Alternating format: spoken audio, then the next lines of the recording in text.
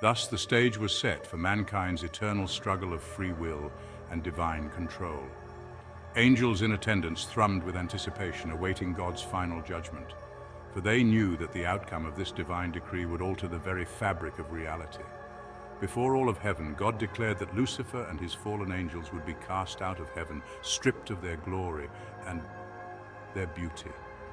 The proclamation reverberated through the celestial halls, a judgment echoing through realms, a sentence passing beyond time and space. With a symphony of despair, the metamorphosis began.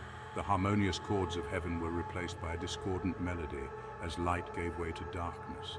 Once the very essence of divine light, Lucifer's beauty surrendered to monstrosity, and so too did any remaining hope yield to despair. The faces of the angels contorted in anguish, only now comprehending the full extent of their choices. Then Lucifer and his minions were cast out of heaven and condemned to hell.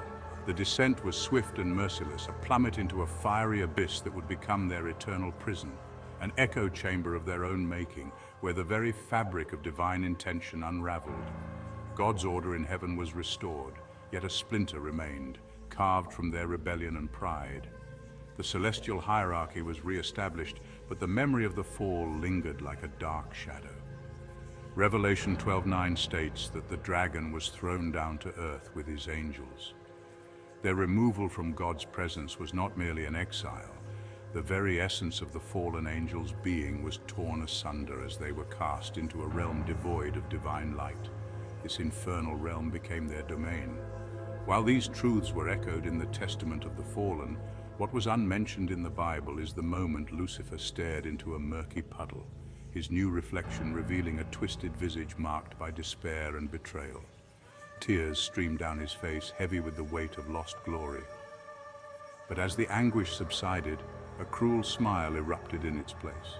With laughter that echoed through the void, he embraced his transformation, relishing in his fate and the dark power of his rebellion against the heavens.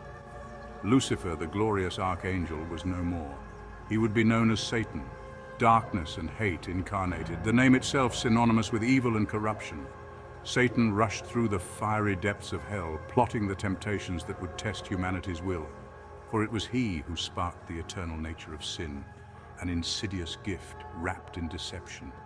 And as he reached the surface and peered through the veil of time, his malevolent gaze fell upon a garden where innocence flourished. A man and woman stood side by side, the first humans, blissfully ignorant of the predator lurking just beyond.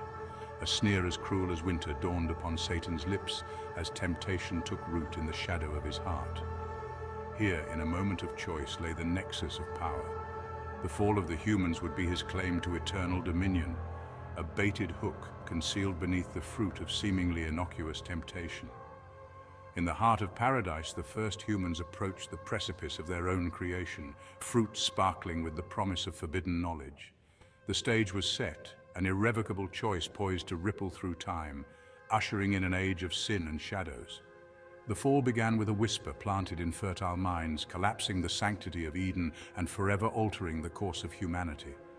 Thus, the eternal struggle, born from ambition and envy, charted a path that would forever engrave itself into the conscience of mankind.